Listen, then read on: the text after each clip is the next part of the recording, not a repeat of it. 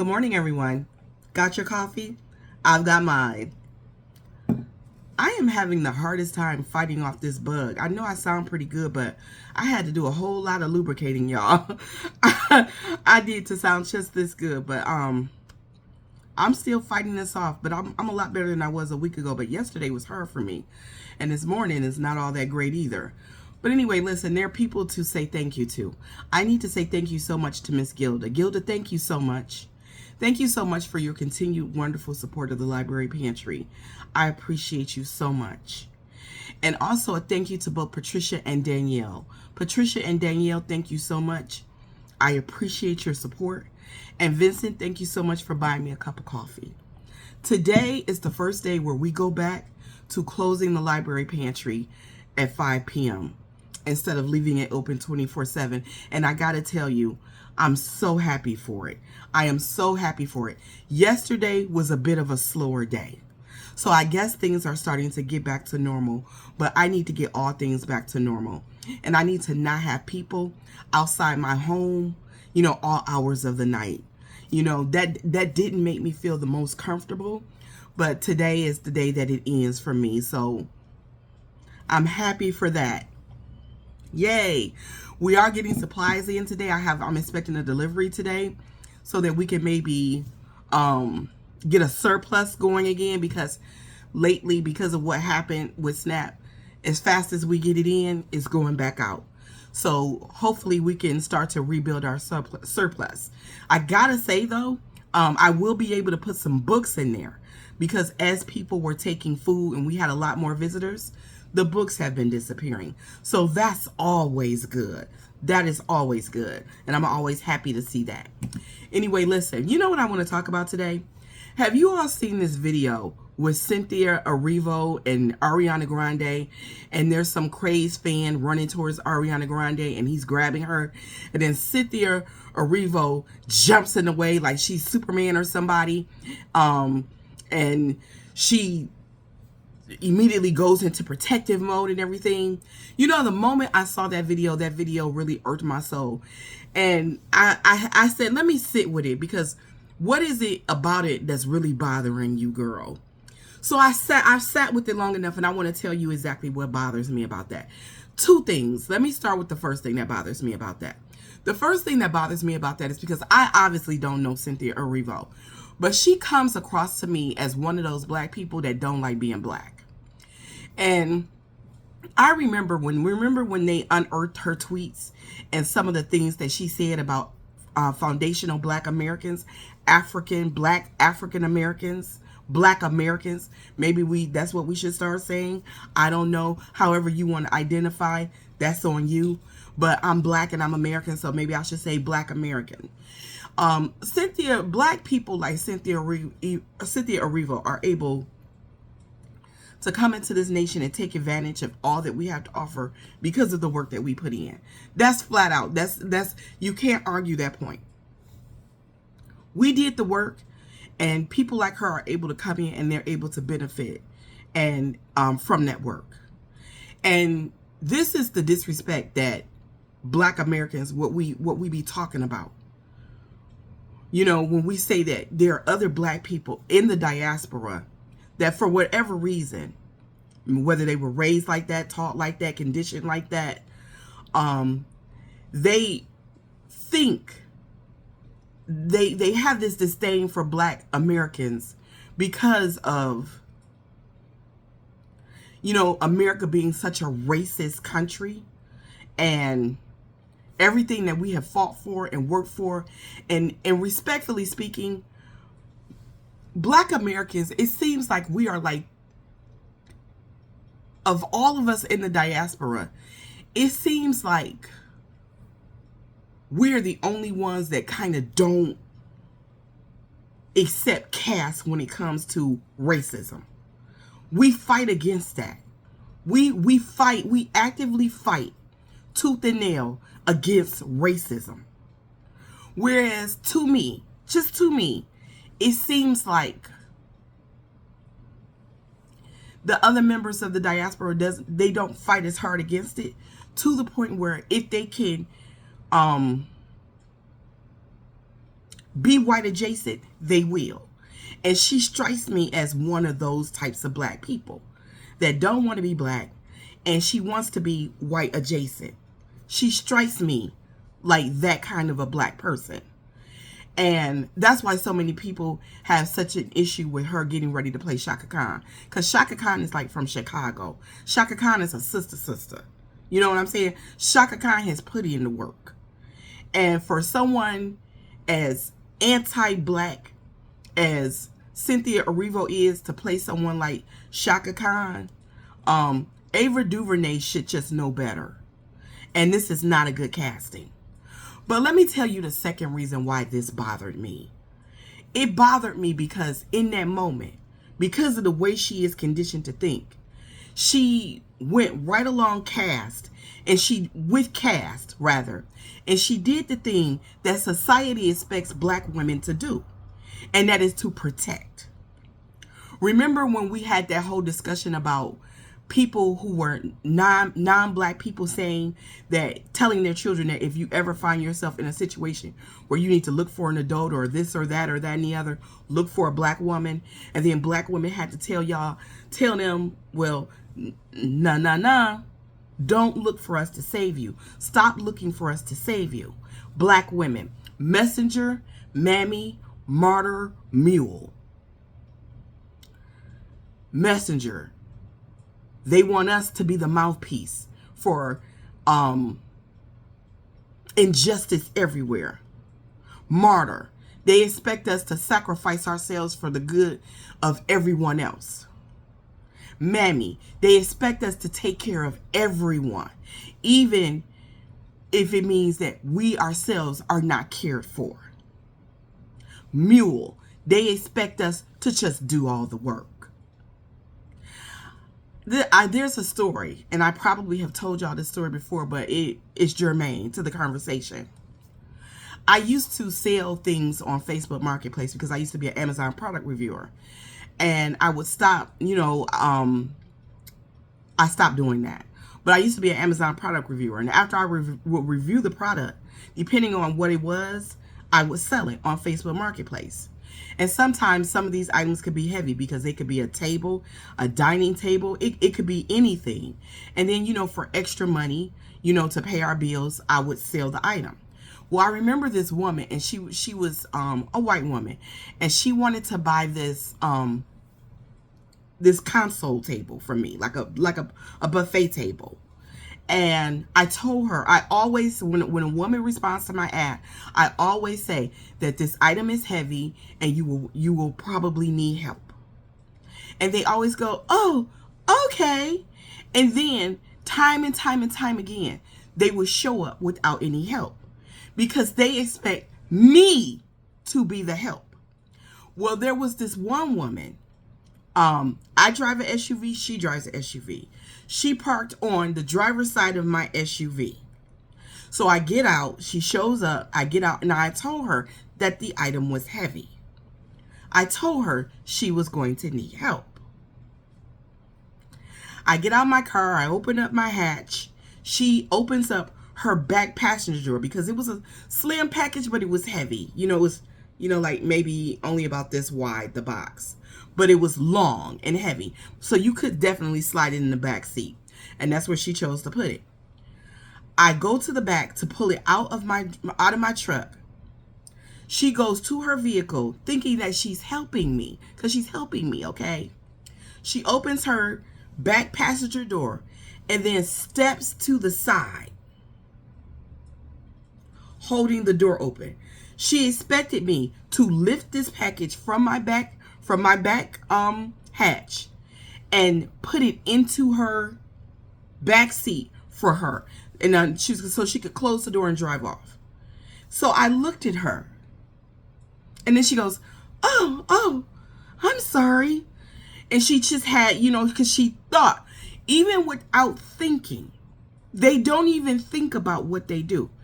This woman expected me to step outside of my divine femininity so that hers could stay in place intact because she was the white woman and I was the big black woman. And that's what she felt I should do. Now, she had the decency to look embarrassed when she realized what she was doing in that moment. But this is what the world expects of black women. And as a black woman, I feel that it is my job to not play the role as mule for, especially when it comes to white women. It is not my job as a black woman. I feel like it is my job to not play the role as mammy. Like, remember the story I told you about the little white girl in the bathroom with me and the other sister that time? You don't recall that story? Long story short, little white girl in the bathroom by herself. Her dad, I guess she was on an outing with her dad and her brothers, and he opted not to take her into the bathroom with him or, you know, seek assistance for her. And we were expected to, I guess they just, me and the other black woman, we exit out of the bathroom, and he looked at us and he was very upset and angry because the little girl was still in there and we were not in there helping his daughter. They expect that of us. The community that I live in, you know, it's like my community, and then a couple of communities over there, you know, you got your white community. Now, that community over there, it's deeply, they all voted for Trump. It's Trump territory. And these white people, they're out there and, excuse me, they're jogging first thing in the morning when I'm taking my husband to work. They're walking their dogs. They've got the baby carriages. They're pushing their kids. And when they see me driving down the street, they're like, and I never wave back. I never wave back because as a black person, and particularly not just a black person, but as a black woman, because it's different. It's different.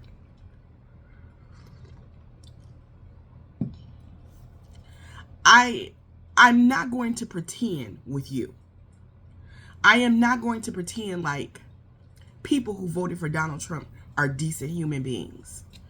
And I'm not going to make you feel better about being a racist because you waved at some black person, and because you wave at black people, you feel like that disqualifies you from being a racist. And I'm not the kind of black person that's going to hold the door open for you or have a kind word for you, start a conversation with you, make you feel comfortable. As a matter of fact, I am not a safe black person. Let's just put it that way. I'm not a safe black person. And people assume that because of the way that I look all the time. Because I am a big black woman. I wear head wraps. I wear caftans. You know, I'm kind of always comfy. I'm not very extravagant. And people always think that I am there to help them. I am there to assist them. And black women like Cynthia Erivo, they feed into that narrative, into that stereotype. And it makes it harder for black women like me. Because I ain't your mama. I ain't somebody that's going to step out of my femininity for you, because fuck your femininity. I'm not putting I'm not putting you over myself. And that's always expected of black women. And black women like Cynthia Erivo make it so hard for black women like me. Those black women who accept where they have been cast and who play those roles so effectively. She went all the way over there to protect this little white woman, and the little white woman wasn't even protecting herself. The Asian woman didn't step out of her femininity. Hell, the bodyguards barely moved into the last possible moment. And then they're kind of weird, these two. Every time they're together, it's this black woman fawning all over this white woman who's playing I'm just so feminine and pure and dainty and I need protection, you know. And that's why the fuck Cynthia Erivo irks the shit out of me. And that's why that irked the hell out of me. Because black women like that make it so hard for the rest of us.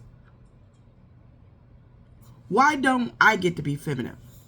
Why don't I get to feel and be protected? Why don't I get to have a soft life? Why don't I get to have it easy? Why do I always have to work harder? Why do I always have to show up for everyone? regardless of the fact that I'm sick or exhausted or tired. Why is it that black women can't have it easy? Why is it that we are always the ones, and even people in our own community? Because while she's not a black American, she's still black and a part of the community. Why do people within the community expect that of us too? I can't tell you how many times when I do these videos and I get other black women telling me, well, Gardner, where did you get this cup? Google Lens, baby, Google Lens. How do you tie your hair scarves? Baby, get a YouTuber that does that kind of content. I don't do that kind of content. Well, tell me about this and tell me about that. Why can't you just Google? Why do I have to do more work?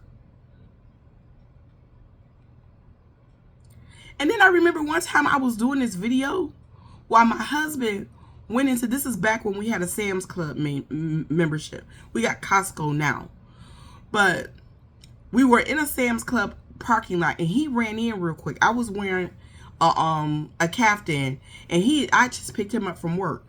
And so he ran in real quick because it was something he wanted, some batteries or something he wanted. So there was this black man that was ranting and raving in my comment section about how my husband should have been the one waiting in the car and I should have been the one in the grocery store. Why is your husband in the grocery store? Even in our own community, people feed into that narrative. Deconstruct, reprogram yourselves. Black women deserve to have it easy too. We deserve to have easy too. Be willing to do your own work. Stop asking other black women for work constantly.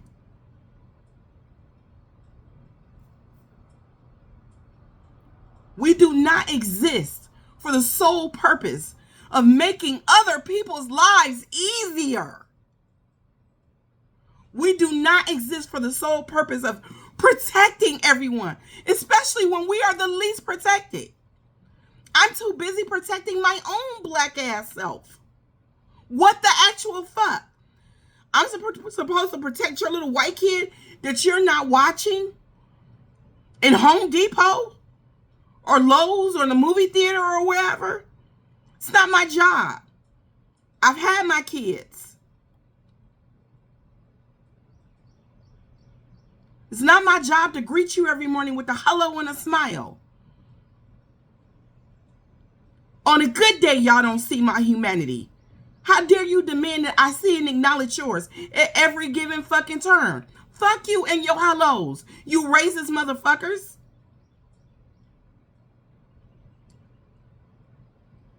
Black women deserve too.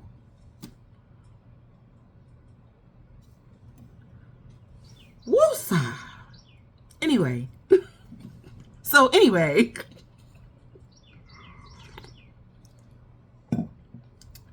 That was why seeing that made me feel a way.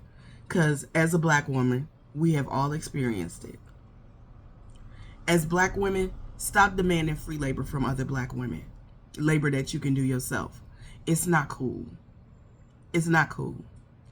And as black men, be the protector that she needs you to be, because women, the only time a woman can be soft and exist in her softness and submit is when she feels safe. And it's not just her physical, it's her mental and emotional. Her safety starts with being safe from you. And if anyone who is not black watching me, I know you're there. Stop expecting so much from black women. Stop expecting anything from black women, because black women do not owe y'all shit.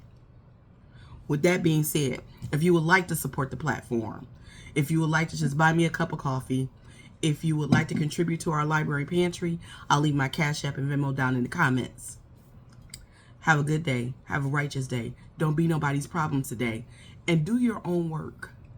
Do your own work. I know I was angry when I said that, but I really do mean that. Be willing to do your own work. And stop demanding black women be your workhorse. You all have the same tools at your disposal that I have. Stop asking me to do work for you. Stop asking any black woman to do work for you. Be an adult and do your own work. Do your own research. Y'all have a good day.